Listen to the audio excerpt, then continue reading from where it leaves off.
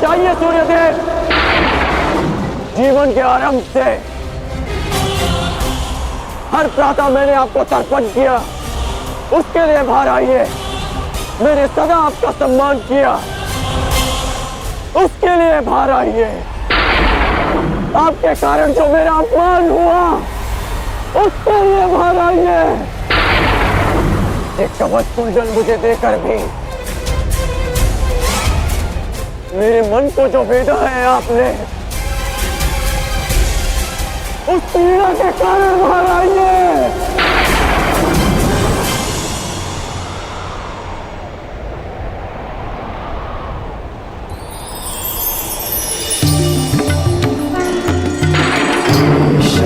रवि संप्राप्तः भास्करो लोकपाल। पुत्र कर्ण, भरतो अभयतो सूर्यः वीर्यतो कीर्तिदायकः। पुत्र मैं ये तो मैं जान गया कि मैं आपका पुत्र हूं। आगे कहिए सूर्यदेव। पुत्र मैं विवश था, तुम्हारे जन्म के लिए भी और तुम्हारी पहचान छिपाने के लिए भी। महर्षि दुर्वासा ने देवी कुंती की सेवा से प्रसन्न होकर उन्हें यह आशीर्वाद दिया कि वो जिस भी देवता का आवाहन करेंगी वो उन्हें पुत्र देंगे। देवी कुंती बालिका थी, उन्हें लगा कि कहीं ये वरदान मिथ्या तो नहीं, और उन्होंने खेल खेल में मुझे यह आह्वान दिया और वरदान से विवश होकर मुझे उन्हें अपना अंश देना पड़ा।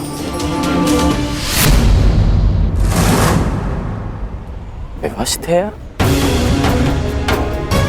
क्या आज विवश नहीं है? माता कुंती को मुझे अपनाने में समाज का भय था, परंतु आपको किस बात का भय था? आपने मुझे सत्य क्यों नहीं बताया? संसार भर को प्रकाश देने वाले ने अपने ही अंश को अंधकार में रखा। क्यों? जब संसार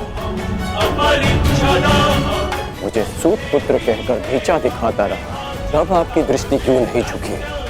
जब सब मुझसे मेरा अधिकार छीनते रहे, तब आपके अहंकार को ठेस क्यों नहीं पहुंची? क्यों तब तक आप मेरी प्रतीक्षा करते रहे, जब तक मुझे स्वयं ज्ञात नहीं हो गया कि मैं आपका पुत्र हूं? क्यों मुझसे सत्य को दूर रखा आपने? क्यों? मैं मानता हूं कि मैंने तुम्हें सत्य से दूर रखा, परंतु मैं सदैव तुम्हारे साथ था। मैं नहीं चाहता था कि समाज को इस बात का ज्ञान हो। मैंने तुम्हें ये कवच और कुंडल इसलिए दिए ताकि तुम अपने हृदय को और भी अधिक बलशाली बना सको। तुम्हें समाज की कठोरता को सहने की शक्ति मिले। मुझे क्षमा कर दो। आपके अश्रु मुझे सांत्वना नहीं दे रहे, अपितु भान करा रहे हैं कि मैं आपके लिए केवल एक फूल के अतिरिक्त और कुछ नहीं था।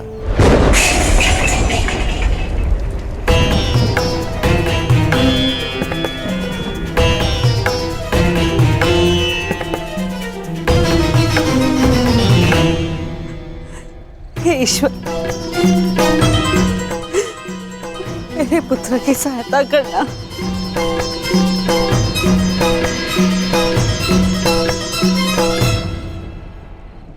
जो स्वयं की सहायता करना जानते हैं, ईश्वर भी उन्हीं की सहायता करते हैं बुआ।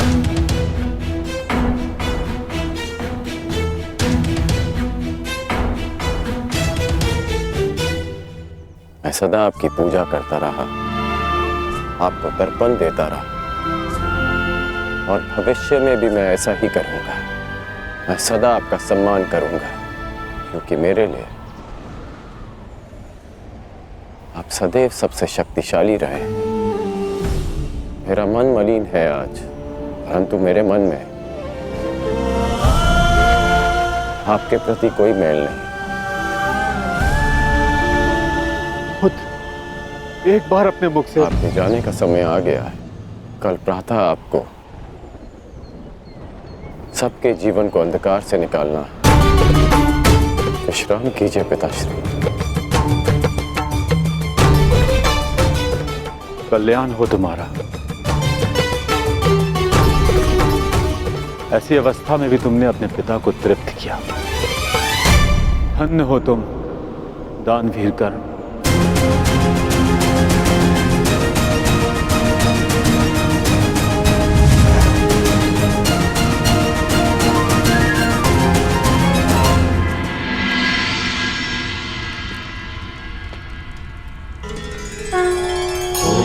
अब आप और कितना व्यथित रहेंगी बुआ?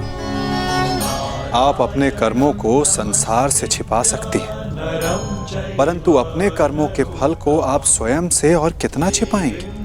अपने कर्मों का सामना प्रत्येक को एक ना एक दिन करना ही पड़ता है बुआ। परंतु उसका सामना कैसे करूंगी? क्या कहूंगी उसे इसके समक्ष आकर?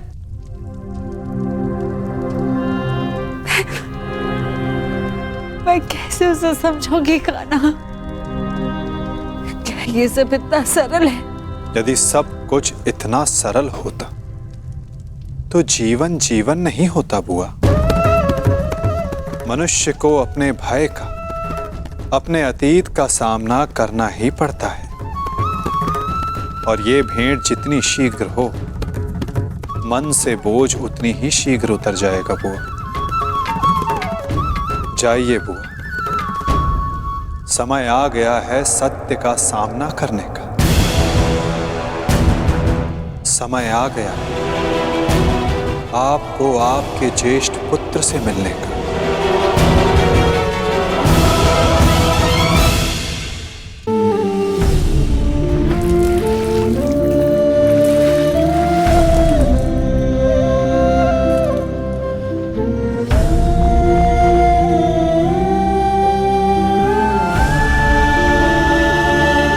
दान चाहिए पुत्र, दोगे?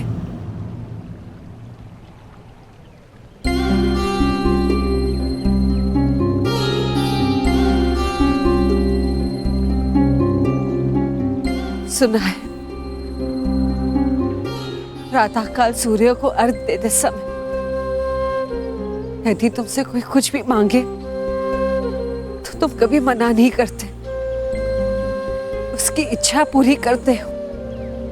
इसलिए मैं भी कुछ मांगने तुम्हारे समक्ष आई हूं।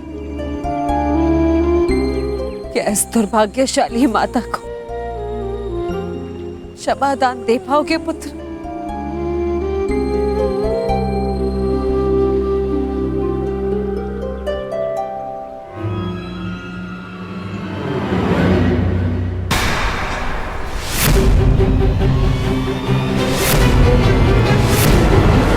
क्षमा प्रार्थी तो मैं हूँ राजमाता।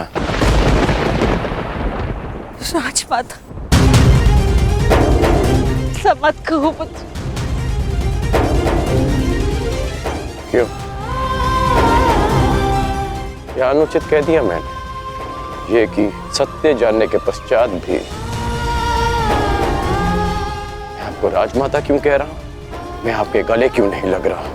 आपके चरण स्पर्श कर आपको माता और जननी क्यों नहीं पुकार रहा हूं?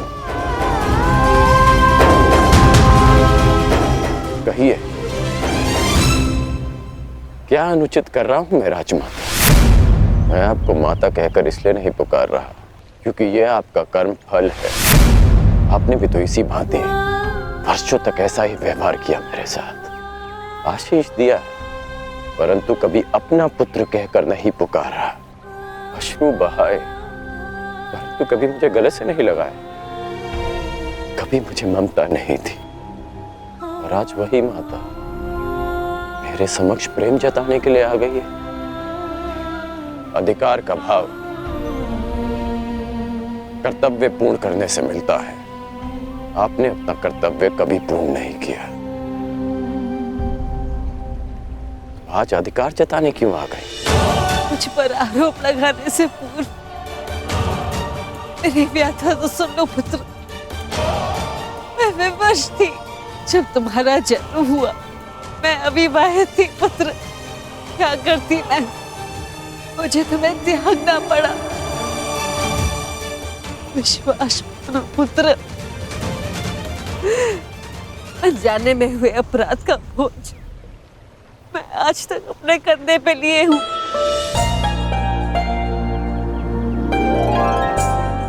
आपने अपनी व्यथा तो कह दी, परंतु मेरा क्या दोष था? एक बालक जिसने अपनी आंखें भी पूरी तरह नहीं खोली थी, उसके जीवन में आपने सदा के लिए अंधकार कर दिया। एक नवजात को गंगा माँ की भेंट चढ़ा दिया आपने।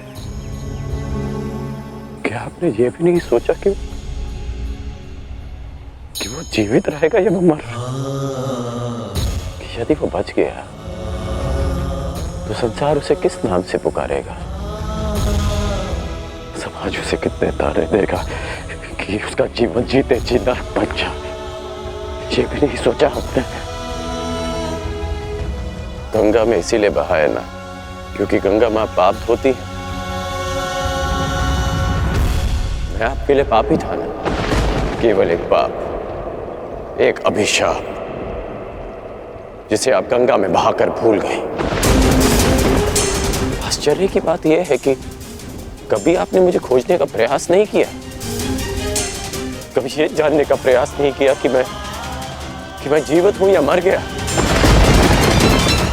आपको पता है कि जब भी मैं आपके समक्ष आता था, आपको प्रणाम करता था, तो एक विचित्र स्नेह, एक अनोखा बंधन अनुभव करता था मैं।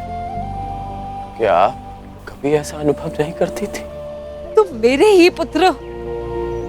इसका ज्ञान मुझे रंगभूमि में हुआ, परंतु फिर भी आप मौन थी। ये जानने के पश्चात में आप समझा कि तब आपके समक्ष एक और प्रश्न आकर खड़ा हो गया कि युवराज पद की होड़ में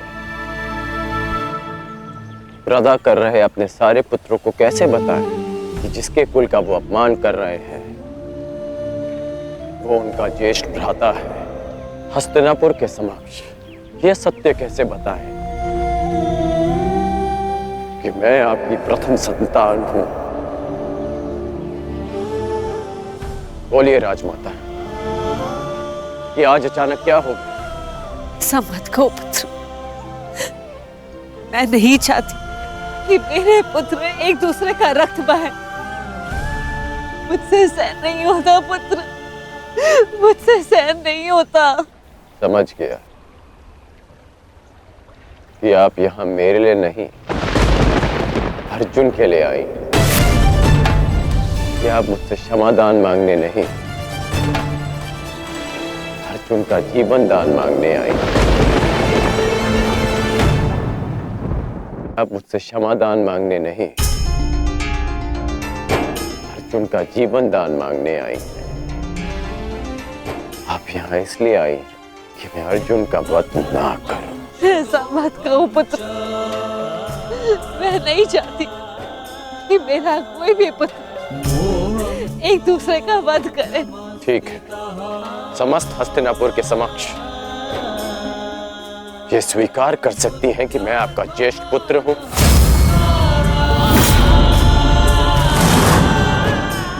पता था मुझे कि कोई उत्तर नहीं मिलेगा। मेरे जीवन पर अनेक बार संकट आया, तब आपकी ममता नहीं जागी। परंतु आज जब अर्जुन के जीवन पर संकट आया,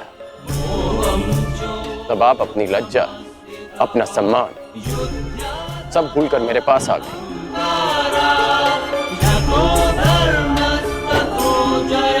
सत्य में अर्जुन बहुत भाग्यशाली है कि उसे आपकी ममता मिली।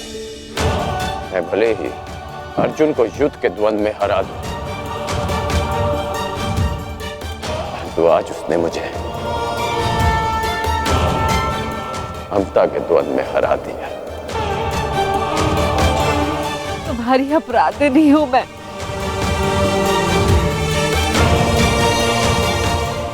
इस अपराध बोध को और मत बढ़ाओ। इस युद्ध में भाग मत लो पुत्र। अपने अनुजों से युद्ध मत लड़ो पुत्र। बस एक बार कह दो कि तुम मेरे पुत्र हो कर्ण। हाँ, मैं आपका पुत्र हूं।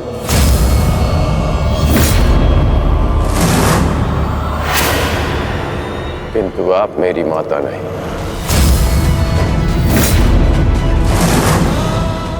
सदा स्मरण रखिएगा राजमाता कि इस सूत पुत्र की माता का नाम राधा है। मैंने अवश्य कौंतेय बनकर जन्म लिया, परंतु संसार मुझे सदा राधे कर्ण के नाम से जानेगा। मैं सूर्य पुत्र कर्ण हूं, किंतु मेरे पिता का नाम अधिरथ है। मुझे स्वयं को सूर्य पुत्र के स्थान पर सूत पुत्र कहने में अधिक गर्व अनुभव होगा। आप माता हैं अर्जुन की,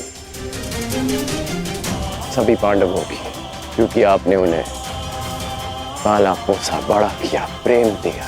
और आश्चर्य की बात तो यह है कि आप आज भी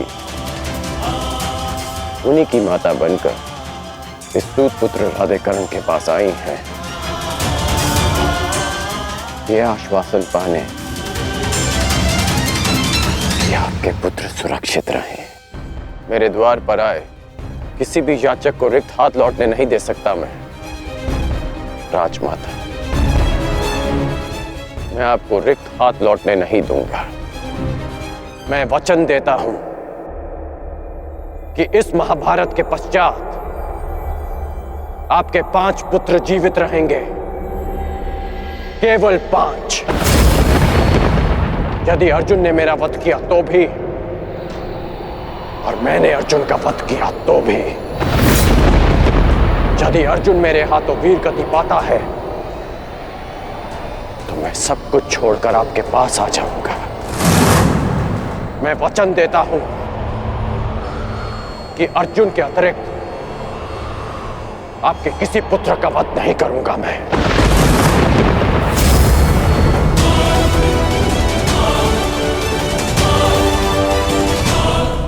क्यों?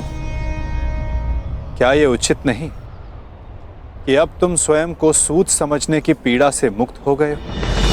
कि तुम्हें अब अपना वंश क्या, कि अब तुम पूरे मन से, पूरे अधिकार से किसी भी क्षत्रिय के समक्ष जाकर अपना अधिकार मांग सकते हो? क्या ये उचित नहीं कर कि अब तुम्हें ज्ञात हो गया है कि मैं क्यों तुम्हें पांडवों के पक्ष में आने के लिए सुझाव देता रहा?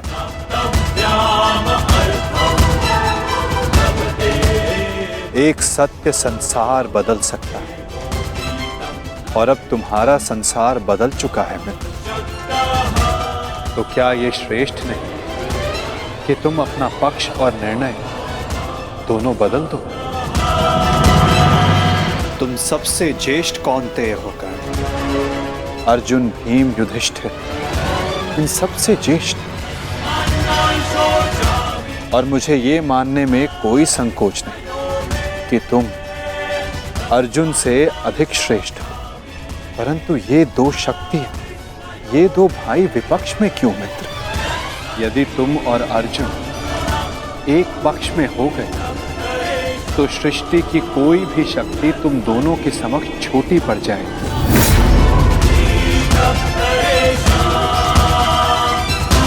तुम्हें और अर्जुन को मेरी, वासुदेव तक की आवश्यकता नहीं पड़ेगी मित्र। युधिष्ठिर तुम्हारा अनुज होगा और बाकी शेष पांडव भी। तनिक सोचो, जो परिवर्तन तुम अंगराज बनकर ना ला सके, वो परिवर्तन तुम हस्तिनापुर के सम्राट बनकर ला पाओगे। सूर्य पुत्र कौंतेय सम्राट कर्ण, जो संसार को एक प्रकाशमान युग की ओर ले जा सकता है।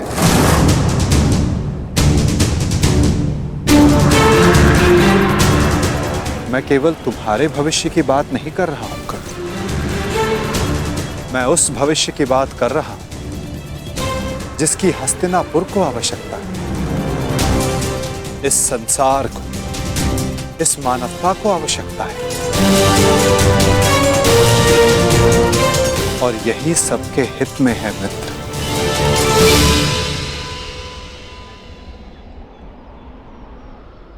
ठीक है, एक बार मैं आपकी बात मान भी लूं, हस्तिनापुर का सिंहासन जीत भी लूं, परंतु क्या मैं प्रजा के मन में सम्मान जीत पाऊंगा? नहीं। सूत पुत्र कहलाकर जितना अपमान सहा, सूर्य पुत्र बनकर उससे कहीं अधिक अपमान होगा मेरा। जिस हस्तिनापुर, जिस संसार की बात आप कर रहे हैं, वो मेरे विषय में सोचेंगे कि कितना अवसरवादी निकला मैं, कि राज्य का लालच पाते ही मैंने अपना पक्ष बदल डाला। मनुष्य का पक्ष, उसका विश्वास, उसका ईश्वर होता है। मेरे जन्म का सत्य बदल जाने से क्या मैं अपने ईश्वर को बदल डालूं?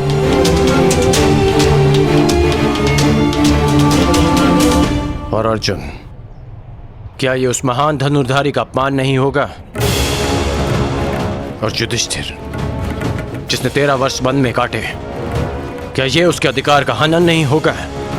और दुर्योधन का क्या? दुर्योधन की मित्रता ने वट वृक्ष बनकर मुझे संसार के ताप से बचाया, मुझे छाया दी। और जो वृक्ष छाया देता है उसे काटा नहीं जाता, उसकी रक्षा की जाती है। धिक्कार होगी मुझ पर यदि ऐसा विचार मेरे मन में भी आया।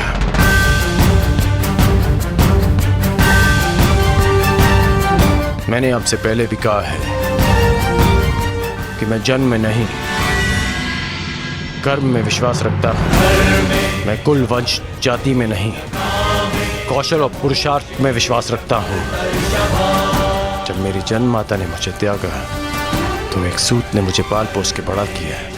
जब कुल और वंश ने मुझे फेंक दिया तब मेरे कौशल ने मुझे उभारा। जब मेरे संबंधियों ने मुझे पहचानने से अस्वीकार कर दिया तब दुर्योधन की मित्रता ने मुझे संभाला।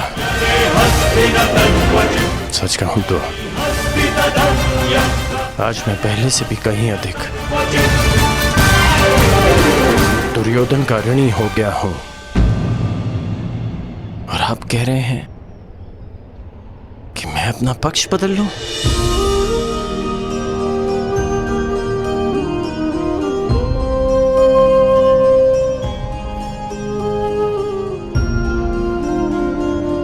मैं अभिभूत हुआ तुम्हारे इन वचनों से कर्ण, परंतु मेरी इच्छा सदा यही है कि तुम मेरे साथ रहो और मैं तुम्हारे। परंतु निर्णय लेना तुम पर निर्भर करता है मित्र। तो बताओ कर्ण, तुम्हारा अंतिम निर्णय क्या है?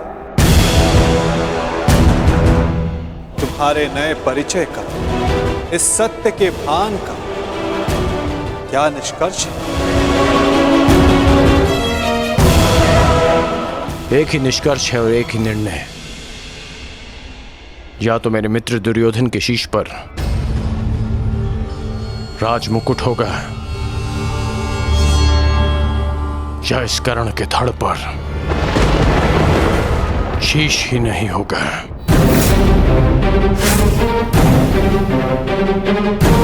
इसके अतिरिक्त और कुछ संभव नहीं है केशव।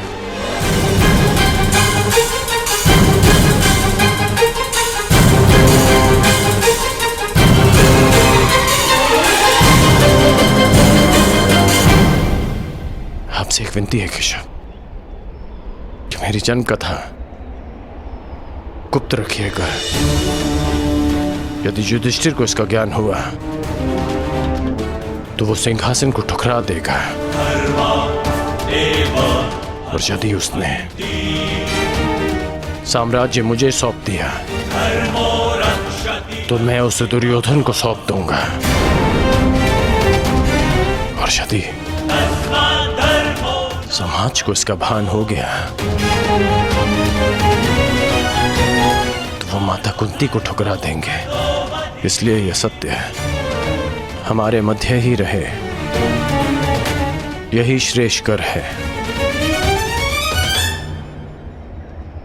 मैं चाहता हूं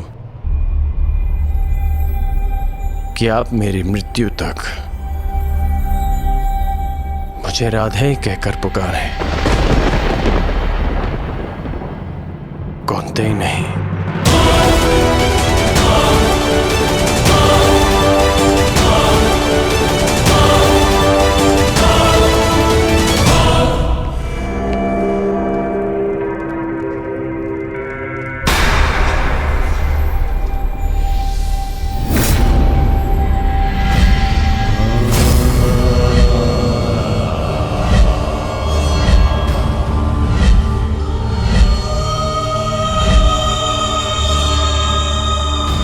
यही तुम्हारा भविष्य है, यही तुम्हारा प्रारब्ध, यही अंत है कुरुवंश का।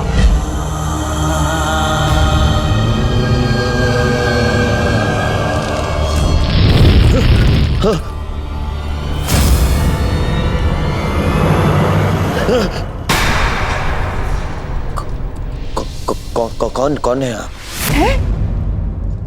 ये क्या कह रहे हो दुर्योधन? मामा हूँ मामा। नहीं नहीं, ये कौन है आप मुझसे ये प्रश्न करने वाले?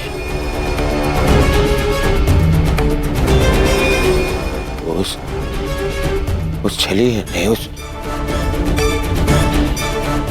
मायावी ने, ये देखिए, ये माया आकर गया है मुझ पे। एक भ्रम जाल में फंसा गया है मुझे। दुर्योधन को भयभीत कर गया है वो। और आप भी वहीं थे, हाँ? आपने क्या किया?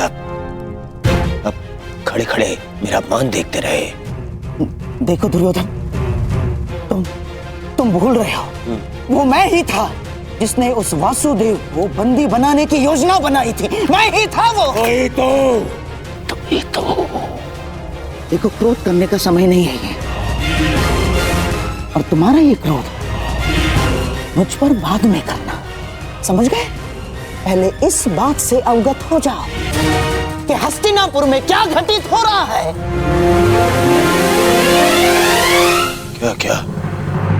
क्या घटित हो रहा है हस्तिनापुर में?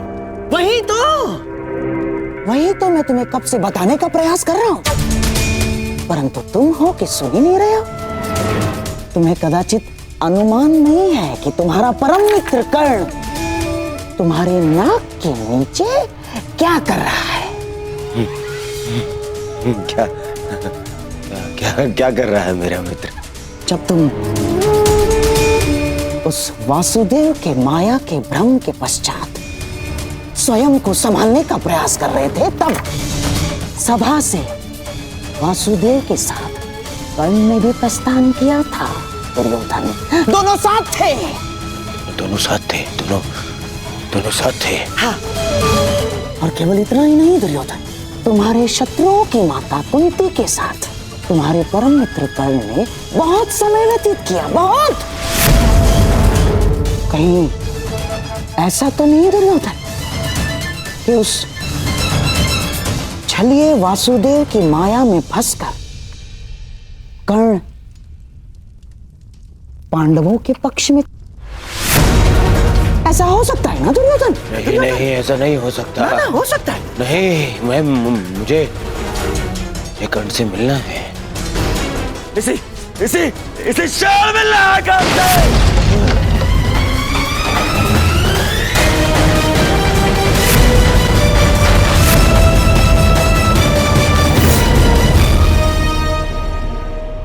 जीवन कितने खेल खेलती है ना हमारे साथ केशव।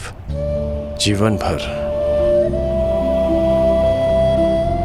जिसका वध करना चाहा, जिसे युद्ध में हराना चाहा, जिसका मान मर्दन करना चाहा, आज ज्ञात हुआ कि वो मेरा ही अनुज है। मैं अपने ही अनुज पर आक्रमण कैसे कर पाऊंगा? उस पर बाण संधान कैसे करूंगा मैं? और यदि ऐसा नहीं करता तो वो उस मित्र के साथ विश्वासघात होगा जो मेरे विश्वास पर ये युद्ध लड़ रहा है।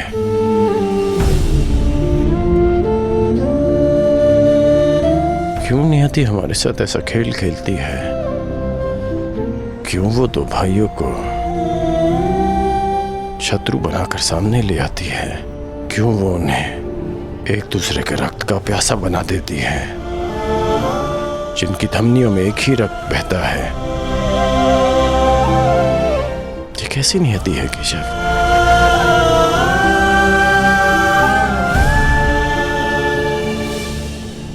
ये नियति नहीं मित्र, ये चुनौती है, ये एक परीक्षा है, या ये कहो स्वयं को सिद्ध करने का अवसर है।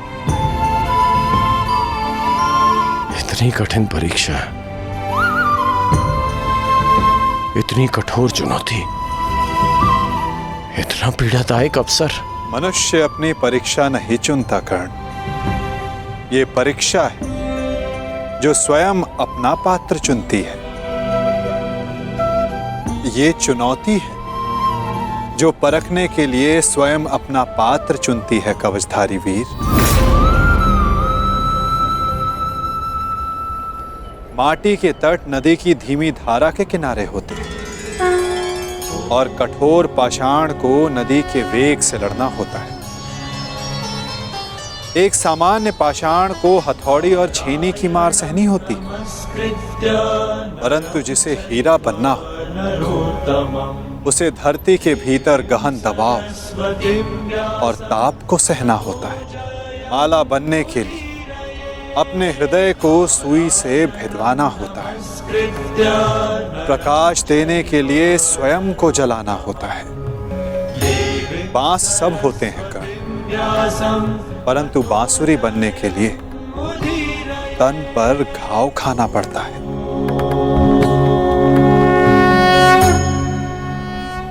जिनके उत्तरदायित्व बड़े हों उनके समक्ष सामान्य प्रश्न नहीं आते कर्ण।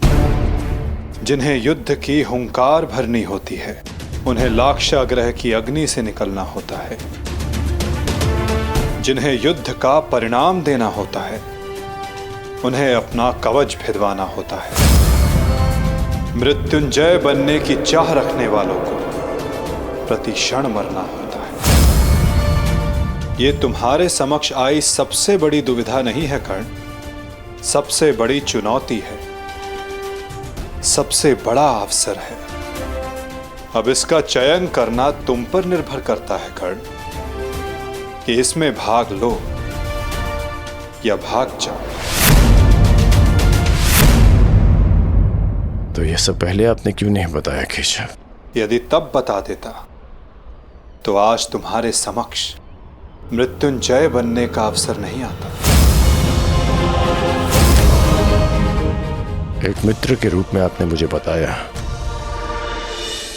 कि मुझे क्या चुनना चाहिए, परंतु आज मैंने सभा में उस कृष्ण को देखा जो भूत भविष्य वर्तमान सब है, जिनसे परे कुछ नहीं, जिन्हें सब कुछ ज्ञात है। तो आपको यह भी अवश्य ज्ञात होगा केशव कि आपका ये मित्र कठिनाइयों से कभी नहीं भागता, सदैव उनका सामना करता है। अब कदाचित हमारी भेंट युद्ध भूमि में होगी।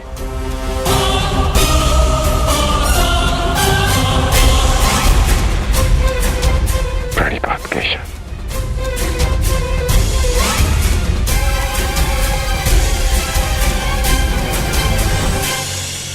मैं अत्यधिक प्रसन्न हूं कि तुम मेरे मित्र। मैंने सदैव कहा है और आज पुनः कहता हूं तुम अद्भुत हो, तुम महान, तुम एक महान मित्र हो, एक महान पुत्र हो और एक महान पिता हो। तुम इस युग की मानवता के महान रत्न होकर राधे कर।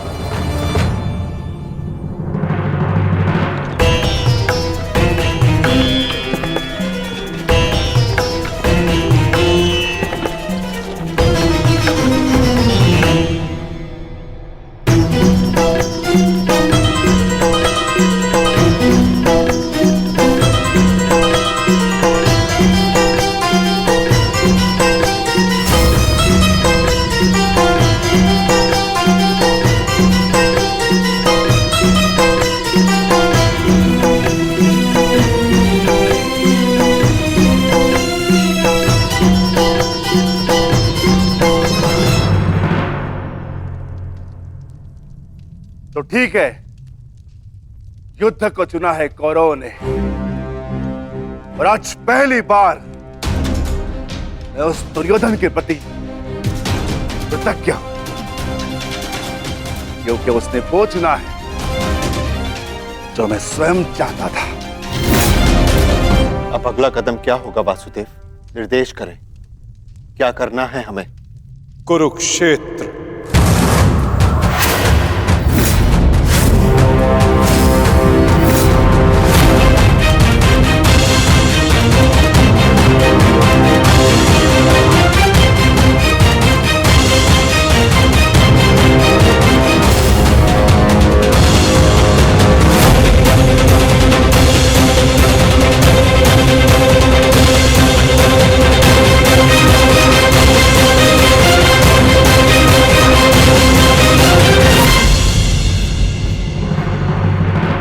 शांति प्रस्ताव इस अग्नि में जलकर भस्म हो चुका है। अब संपूर्ण भारत कुरुक्षेत्र की अग्नि में जले। अब वार्ता करने का समय नहीं रहा, अब समय है महासमर, समय है महाभारत का।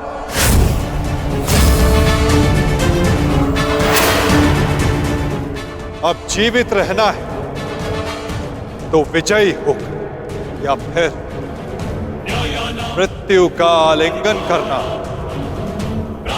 अब समय आ गया कि याज्ञसेनी के खुले केशों का प्रतिकार किया जाए।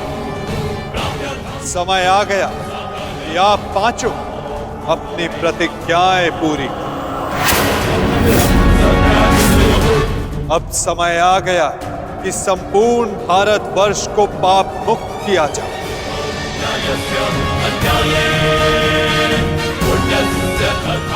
और युधिष्ठिर के नेतृत्व में धर्म की स्थापना। युद्ध का स्थान नियुक्त हो चुका है युधिष्ठिर। अब क्या करना है, इसका निर्णय तुम्हें स्वयं करना होगा युधिष्ठिर। हमें शीघ्र यहां से प्रस्थान करना होगा। पुत्रों, युद्ध के लिए तत्पर हो जाओ। हम सब तैयार हैं जयेश पिताश्री। युद्ध की तिथि की प्रतीक्षा करने की आवश्यकता भी नहीं, हम युद्ध अभी करेंगे। ठहरो, हम सभी लोग यहां से एक साथ प्रस्थान नहीं कर सकते, क्योंकि विराट राज्य की सुरक्षा के लिए हम में से किसी को यहां उपस्थित रहना होगा। ऐसा पहले भी हो चुका है और हो सकता है कि हमारी अनुपस्थिति में दुर्योधन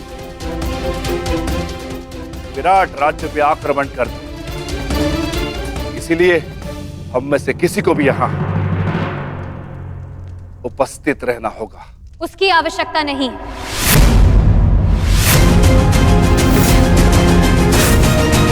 यहां कोई नहीं रहेगा, हम सभी एक साथ चलें।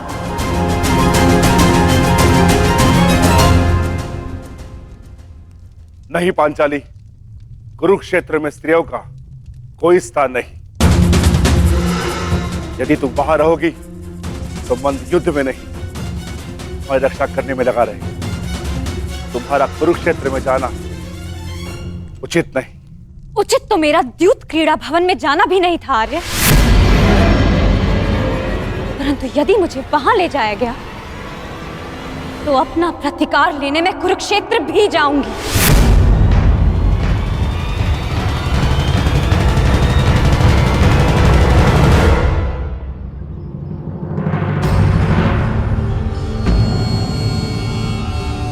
कल रात्रि ही तो आए हो पुत्र, अभी जा रहे, कुछ दिन रुक जाओ। नहीं माता, मुझे हस्तिनापुर जाना होगा। युवराज दुर्योधन को कुछ बताना आवश्यक है। क्या करें? वही जो वो नहीं जानते, मेरा अतीत।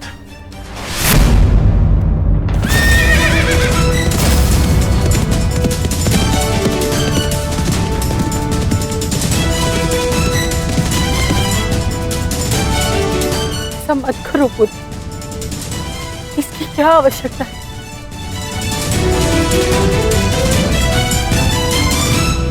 आवश्यकता है माता, आवश्यकता है। आपके लिए ये जानना आवश्यक है कि ये कर्ण केवल आपका पुत्र है। मैं सदा राधे था और सदा राधे ही रहूंगा। और युवराज दुर्योधन के लिए ये जानना आवश्यक है कि जिस कर्ण को उन्होंने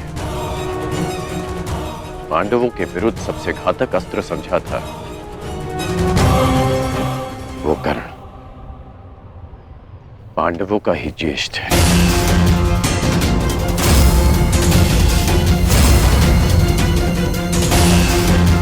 कि जो कर्ण रणभूमि में उनके शत्रुओं का शत्रु बनकर आया था, वो उनके शत्रुओं का बड़ा भाई है। माता, दुर्योधन ने कभी मुझसे कुछ नहीं छिपाया, इसलिए ये मेरा कर्तव्य है कि मैं अपने मित्र को सब सच बताऊं। दुर्योधन को सत्य बताना आवश्यक है माता। ऐसा क्या है जो युवराज के लिए जान लेना आवश्यक है माता?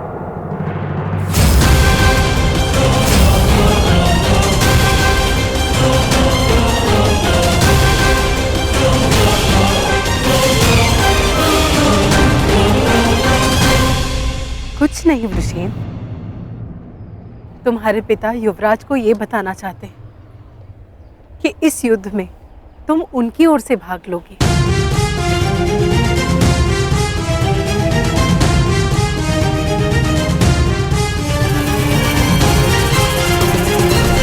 शीघ्र मिलते हैं पृष्ठदेव।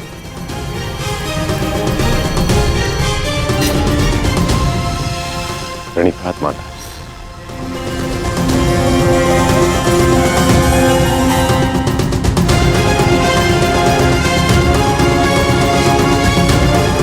चलो साथ।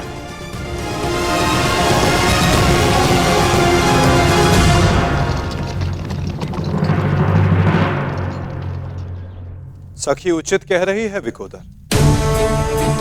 यदि हम सबको विजय पानी तो हम सबका वहां रहना अनिवार्य है। परंतु वासुदेव, पांचाली के सारे विचारों को सुनने के पश्चात ही निर्णय लेना विकोदर।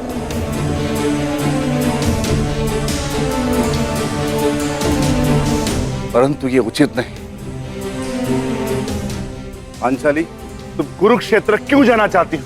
क्योंकि आर्य, यदि हम सभी वहां उपस्थित होंगे तो एक दूसरे की सहायता कर सकते हैं। मैं मानती हूं कि मैं युद्ध कला में सक्षम हूं, परंतु मैं ये नहीं कह रही हूं कि मैं युद्ध में भाग लूं, परंतु वहां उपस्थित रहकर आप सभी के दिए गए वचनों को पूर्ण होता हुआ देखना चाहती हूं। मैं वहां इसलिए जाना चाहती हूं कि जब उस दुशासन की छाती से रक्त बहे तो मैं अपने केशों को धोने के लिए सज्ज रहूं।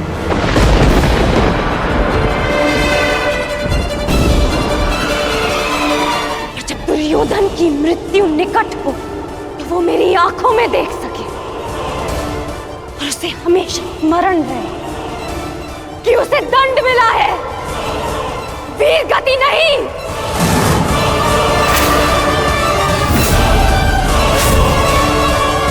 क्या आप अब भी यही चाहते हैं कि मैं कुरुक्षेत्र ना जाऊं?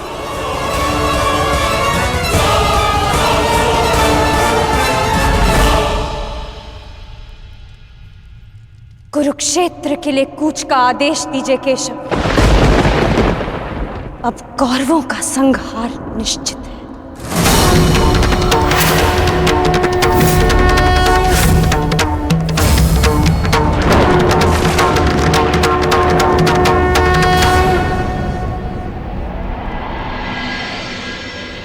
ये कैसा चक्रवात है? मेरे मन में बुरे विचार आ रहे हैं। अवश्य है ये कोई अपशगुन है कुंती। मैं वचन देता हूं कि अर्जुन के अतिरिक्त आपके किसी और पुत्र का वध नहीं करूंगा मैं।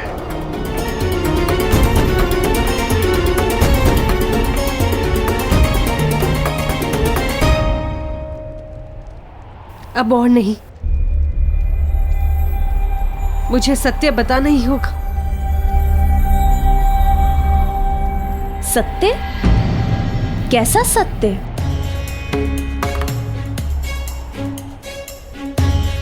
एक सत्य है दीदी, जो मुझे आपके समक्ष स्वीकारना है। एक ऐसा सत्य जो मैंने आप सबसे छिपाया है। कैसा सत्य? परंतु स्मरण है वो मंत्र जो मैंने दुर्वासा ऋषि से सीखा था? हाँ, मुझे स्मरण है, परंतु आज अचानक उसकी बात क्यों ले बैठी?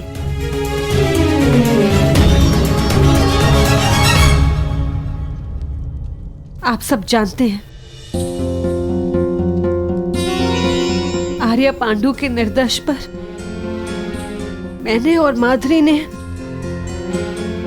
उस मंत्र का प्रयोग किया जिससे पांडव उत्पन्न हुए, परंतु मैंने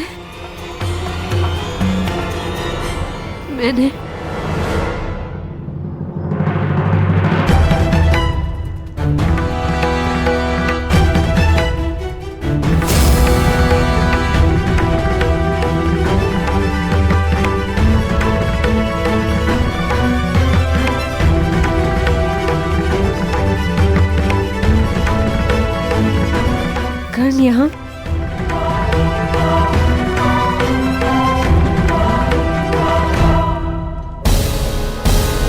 तुम्हारा परम मित्र कर्ण तुम्हारे नाक के नीचे क्या कर रहा है? तुम्हारे शत्रुओं की माता कुंती के साथ तुम्हारे परम मित्र कर्ण ने बहुत समय व्यतीत किया, बहुत।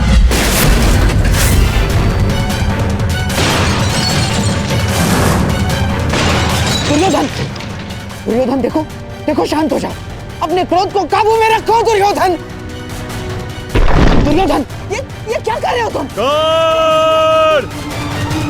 मैं प्रस्तुत हूं।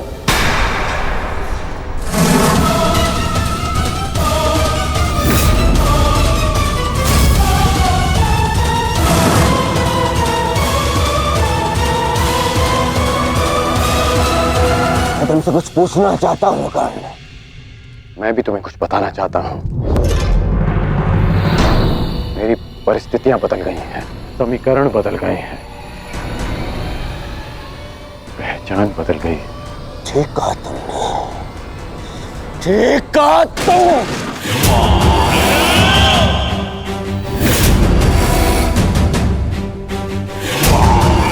समीकरण बदलते देख सकता हूं मैं तुम्हें ये बताना चाहता हूं कि मैं यही ना कि तुम कृतज्ञ निकले, कायर निकले। चलिए निकले।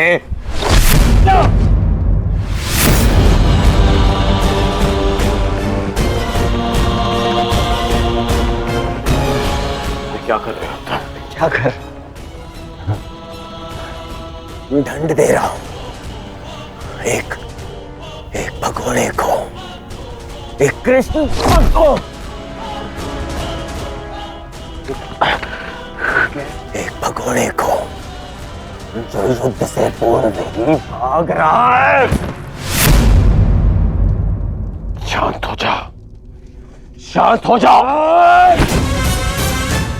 दुर्योधन, सब जानता हूं कि तुम उस छलिए के साथ क्यों गए थे और माता कुंती के पास भी।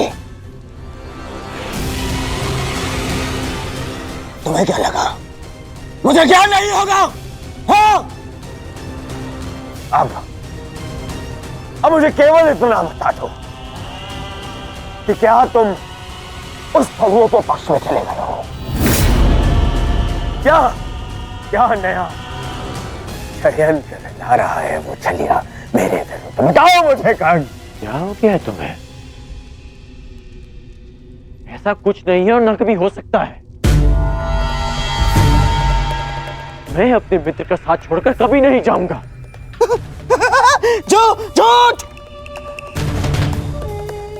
झूठ बोल रहा है ये दुर्योधन, ये झूठ बोल रहा है।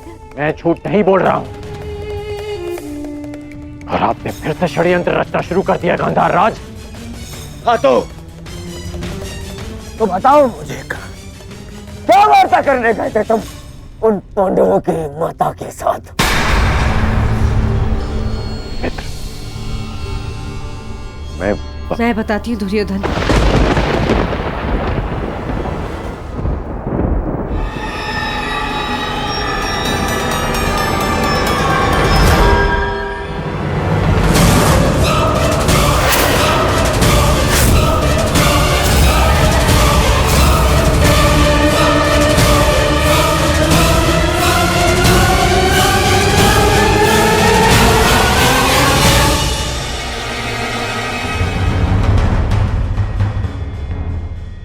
बताती हूँ दुर्योधन।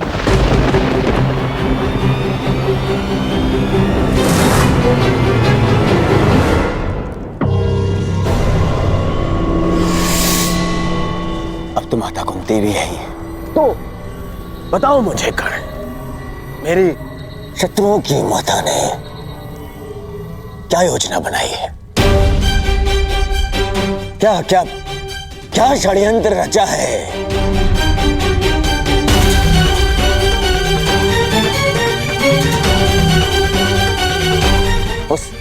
उस छलिए के साथ मिलकर बोलो, बताओ मुझे कर्ण, क्योंकि इतना तो निश्चित है कि मेरी शत्रुओं की माता ने जो भी योजना बनाई होगी वो मेरे लिए शुभ नहीं होगी। बताओ मित्र, बोलो।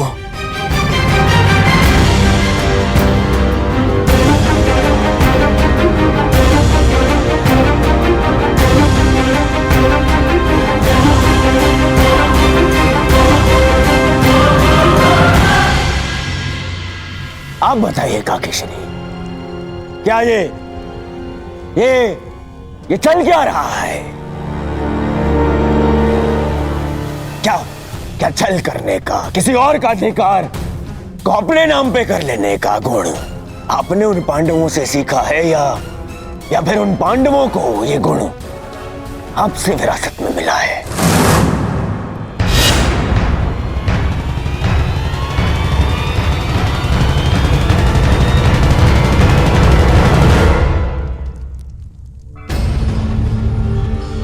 नहीं नहीं।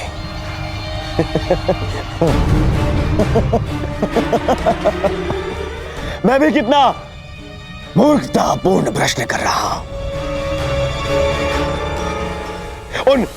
उन पांडवों ने छल करना तो आप ही से सीखा होगा। आपने भी तो वही किया, छल किया आपने अपने पति के साथ, अपने कुल के साथ,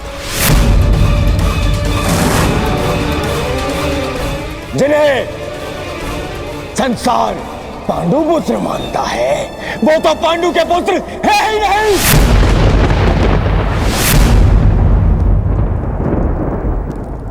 एक पति के जीवित होते हुए भी तीन तथा कथित देवताओं के साथ संबंध बनाया आपने। बस करो, ये मेरी माता है।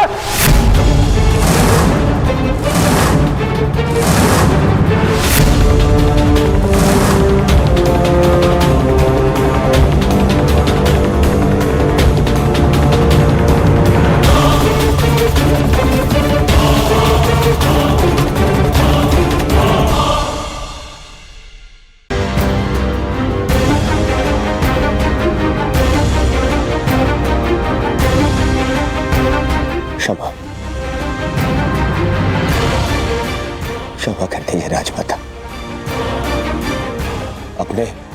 अपने अपशब्दों के लिए मैं क्षमा प्रार्थी हूं। क्रोधवश में मैं स्वयं से नियंत्रण खो बैठा था। मुझे क्षमा कर दीजिए माता।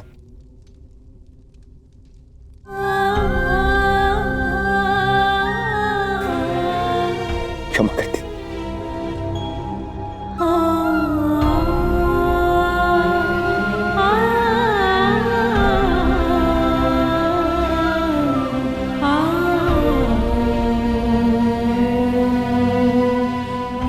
अब आज्ञा दीजिए युवराज। अब जब भी आपका आदेश आएगा तो आपका ये सेवक अपने प्राण थाली में सजाकर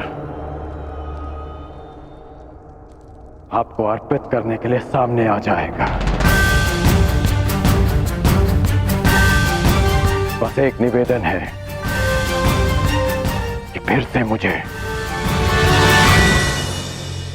निष्ठाहीन, कायर और द्रोही मत कहिएगा।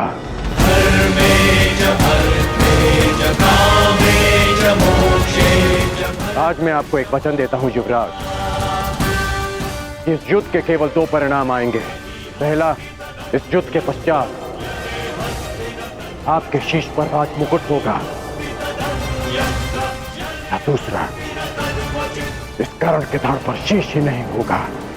आज्ञा दीजिए।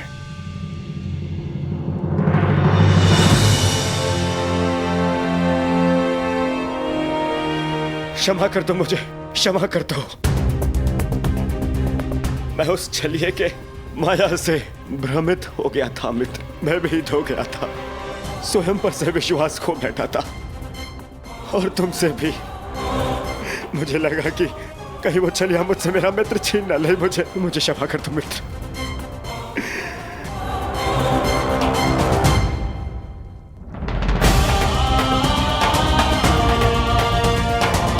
बस मित्र, बस।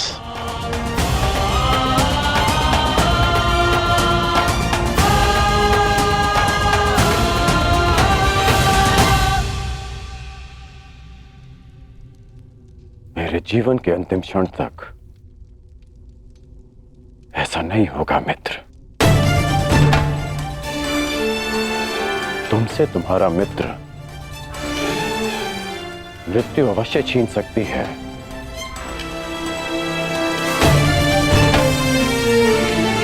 परंतु तुम्हारी मेरी मित्रता कोई नहीं छीन पाएगा।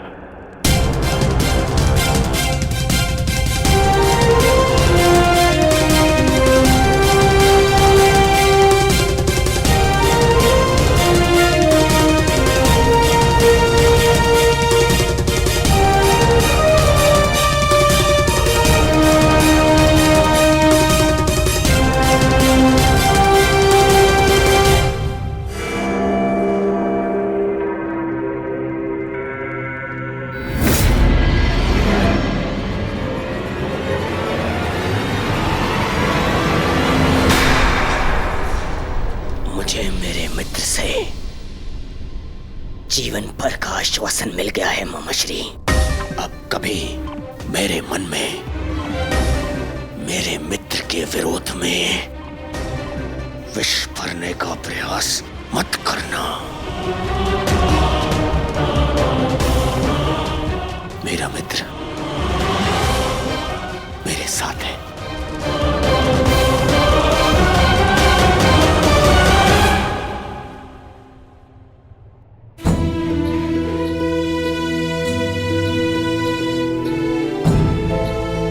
माता शत्रु की हो या मित्र की, माता सम्मान की अधिकारिणी होती हैं। ये भले ही पांडवों की जन्म माता है, परंतु ये तुम्हारी मां समान है, ये मेरी मां समान है।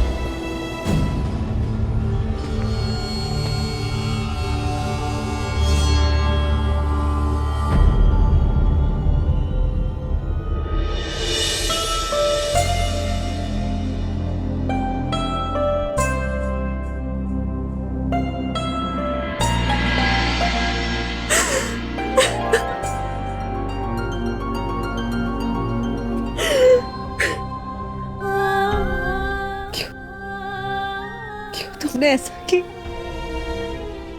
नहीं सत्य बताया दुर्योधन को? माता अपना कर्तव्य निभाने में असफल रहे, इसका अर्थ ये नहीं कि एक पुत्र भी अपना धर्म भूल जाए। पुत्र होने के नाते माता के सम्मान की रक्षा करना मेरा धर्म था। यदि सत्य सबके समक्ष आ जाता, यदि मैं आपको सत्य कहने से नहीं रोकता, तो केवल आप इस राज परिवार में अपना सम्मान नहीं खोते, अभी तुम्हें भी स्वयं अपनी ही दृष्टि में गिर जाता।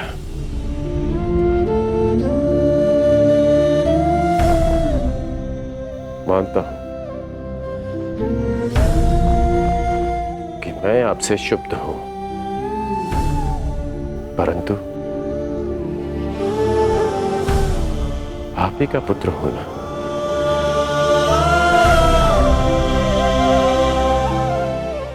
कर्मबद्ध हूं, पर धर्मबद्ध भी।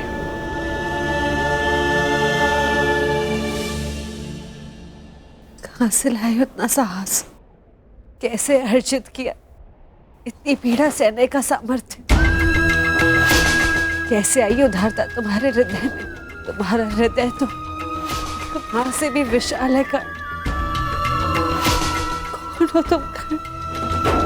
कौन हो? जन्म से सूर्य पुत्र कौन्तेय, परंतु कर्म से एक सूत पुत्र राधे कर्ण।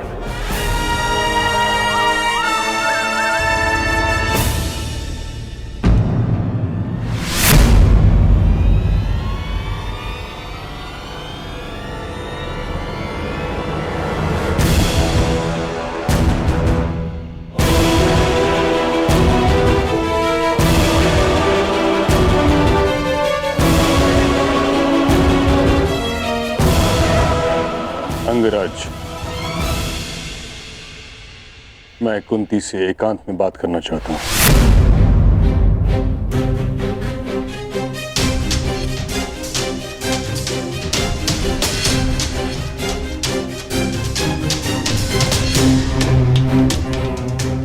अवश्य।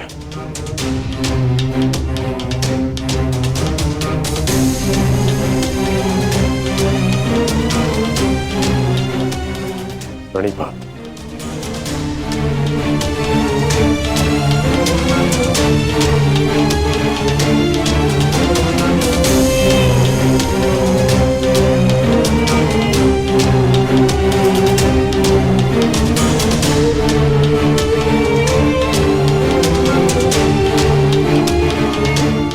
धात्री, क्षमा चाहती हूँ। तुम क्यों क्षमा मांग रही हो पुत्री? क्षमा का पात्र तो मैं स्वयं हूं। मैं एक मां से क्षमा मांगने आया हूं, जिसके पुत्र एक महायुद्ध में फंस गए हैं, जिसकी उत्तरदायी तुम नहीं, मैं ही क्या, समस्त महारथी, आचार्य, हम सभी हम इस युद्ध को रोकने में सक्षम थे, परंतु रोक नहीं पाए। इस बात से मन संतुष्ट है कि तुम्हारे सभी पुत्र धर्म के पक्ष में हैं।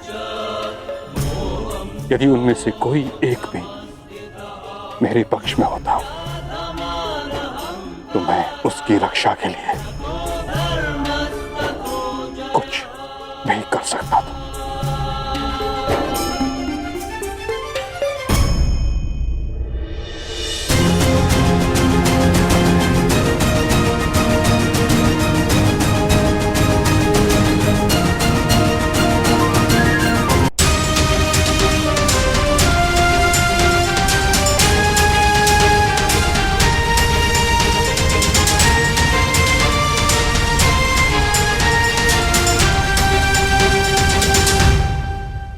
माँ प्रेम करती है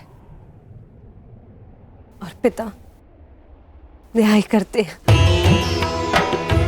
आप तो पिता माँ हिताश्री, मेरे पुत्र अपना न्याय मांगने आ रहे हैं और मुझे विश्वास है जो न्याय संगत होगा पिता माँ वही करेंगे।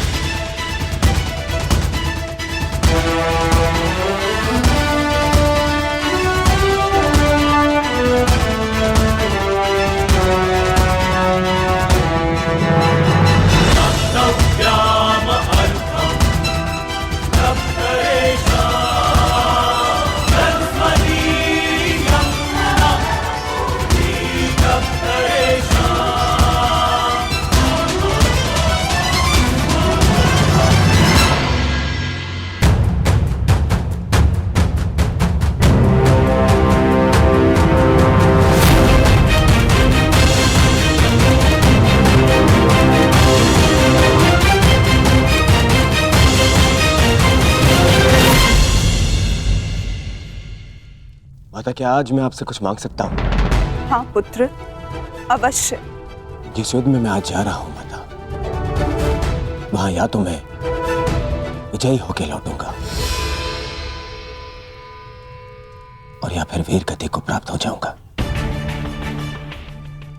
जीवित वापस आने की और वीर गति को पाने की संभावनाएं समान है माता। यदि जीवित वापस आया तो कोई बात नहीं, परंतु वीर गति पाई तो सदा एक घाव मन में रह जाएगा माता। घाव की मेरी माता ने कभी मुझे देखा ही नहीं और मृत्यु के पश्चात भी उन्हें मेरा मुख स्मरण ही नहीं होगा। माता, बस एक विनती है, युद्ध से पूर्व एक बार, बस एक बार मुझे अपनी दृष्टि से देख लीजिए माता। बस एक बार अपनी माता की ममता भरी दृष्टि अपने आप के ऊपर डालना चाहता हूं माता। मैं जानता हूं पिताश्री के लिए ये संभव नहीं है माता, परंतु आप तो एक बार मुझे देख ही सकती माता। आपकी कृपा दृष्टि मेरे लिए आशीर्वाद होगी माता। बस एक बार।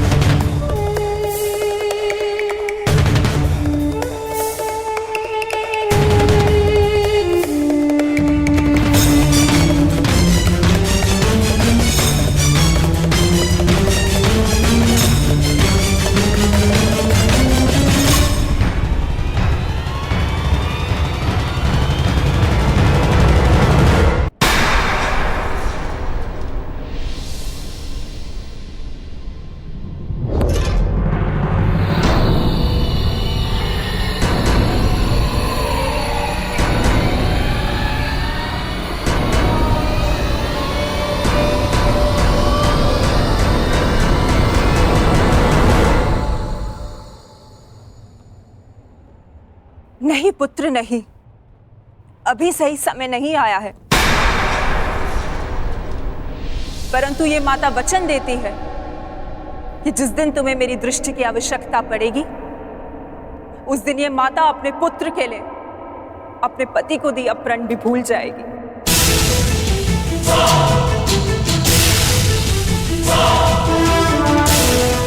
जाओ पुत्र, जाओ जाओ और एक दूसरे का रणभूमि में ध्यान रखना, क्योंकि वहां तुम सब ही एक दूसरे के माता, पिता, बंधु एवं सखा होगे।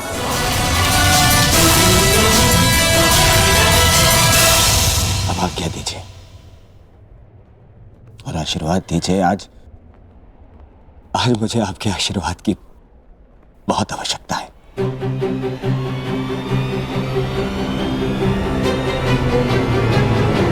कल्याणमस्तु पुत्र, तुम सभी का कल्याण।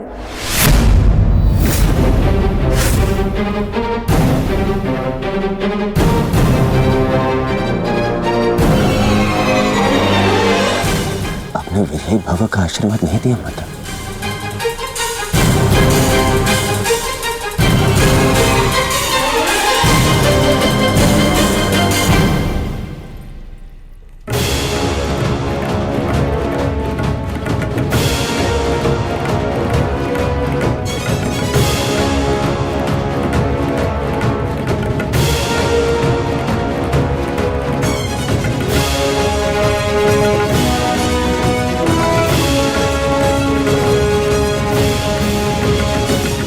आशा करती हूँ वृकोदर, युद्ध समाप्त होने के पश्चात आपकी पत्नी पुनः अपने केश बांध सकेगी। मुझे विश्वास है पांचाली, इस आने वाले युद्ध में मैं वृकोदर भीम उस दुशासन की छाती फाड़कर उसके छाती के लहू से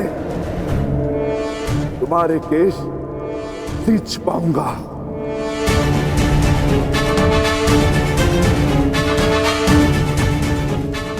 हर हर महादेव! हर हर महादेव! अधिकाराणां प्राप्त्यर्थं साम्राज्यर्थं न्यायानां अधिकाराणां प्राप्त्यर्थं साम्राज्यर्थं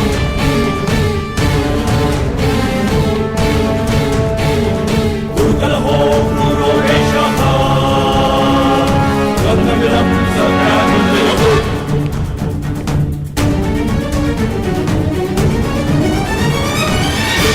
न्यायस्य अन्याये पुण्यस्य तथा च पापे योग्यस्य वा अयोग्ये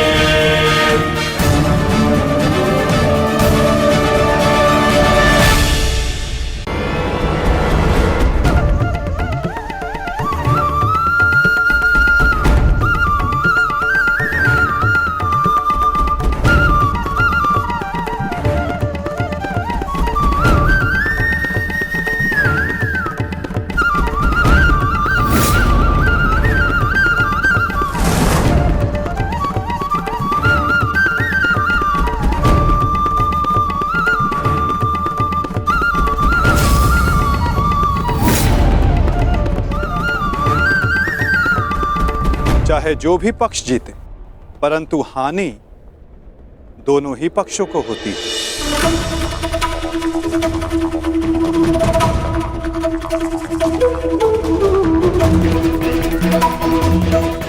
युद्ध की हानि तो उन्हें होती ही जो युद्ध में भाग लेते, और उन्हें भी होती जो युद्ध में भाग नहीं लेते।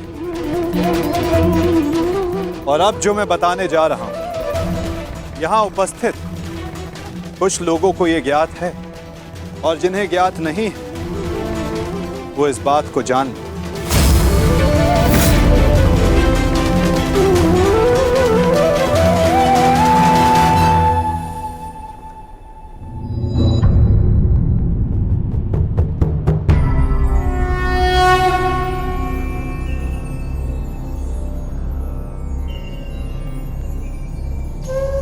इस युद्ध के लिए ये कुरुक्षेत्र की भूमि उचित क्यों है? सर्वप्रथम ये धरती कुरुवंश के अधिकार में आती, इसलिए इस धरती पर कौरव और पांडव इन दोनों का समान अधिकार है।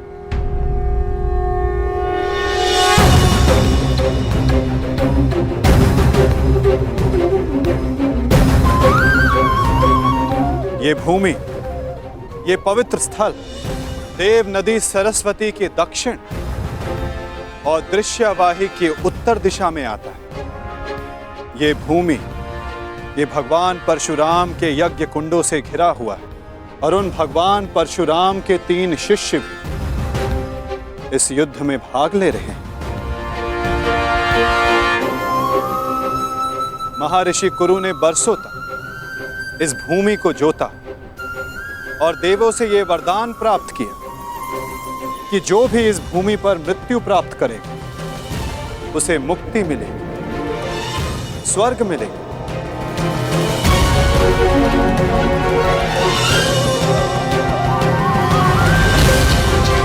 और जिसे विजय प्राप्त हो उसे न्याय मिलेगा। ये भूमि न्यायदात्री, पाप नाशिनी है और ये युद्ध भी न्याय के विजय के, पापों के नाश के लिए हो रहा है। मुझे विश्वास है कि युद्ध का परिणाम चाहे जिस पक्ष में क्यों ना हो, धर्म स्थापना अवश्य हो।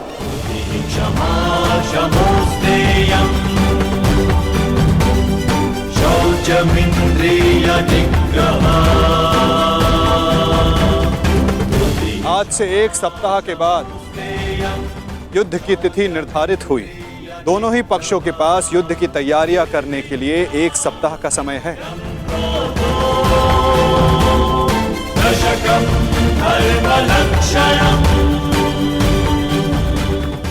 और उसके पश्चात दोनों ही पक्ष यहां पुनः उपस्थित होंगे।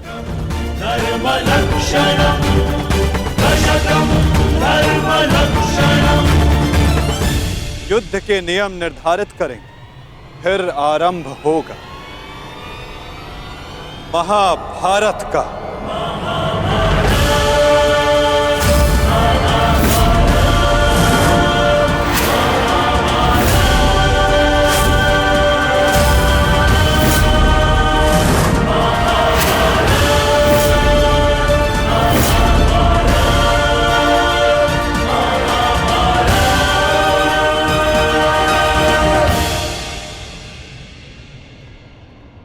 हेलो अर्जुन,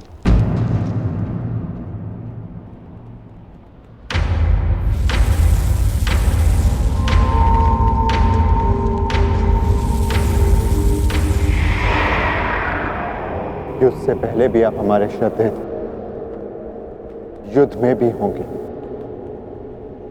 और युद्ध के पश्चात भी।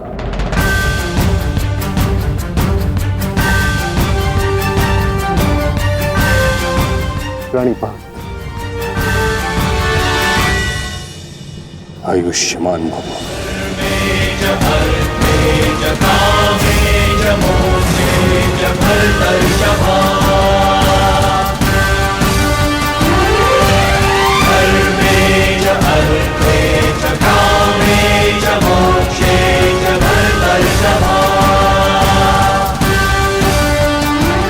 यशस्वी भव।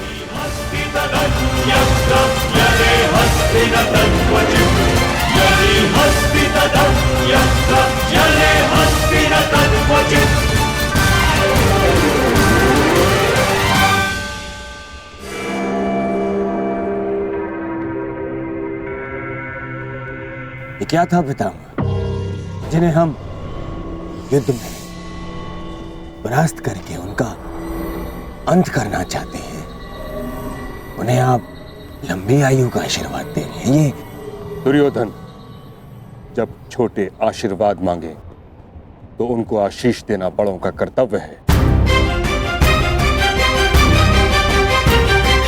तुम यदि अपने ज्येष्ठ युधिष्ठिर से आशीर्वाद मांगोगे तो अवश्य तुम्हें आशीर्वाद देगा। इतनी बड़ी सेना है तुम्हारे पास, मेरे केवल एक आशीर्वाद देने से तुम अपना आत्मविश्वास खो बैठे। तुमने जो चाहा तुम्हें मिला, वो सब कुछ तुम्हारे पास है जो तुम्हें चाहिए। मैं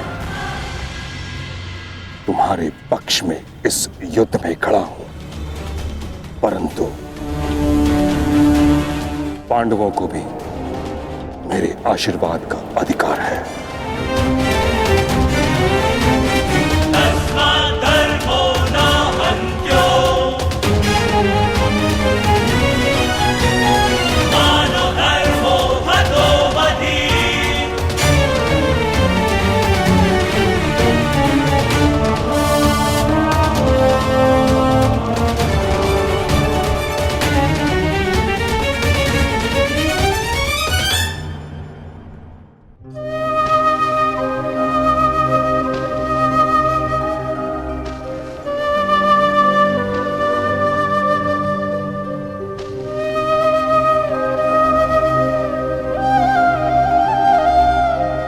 माते, प्रकट होइए माते। आपका गंगा पुत्र भीष्म आपके समक्ष उपस्थित है।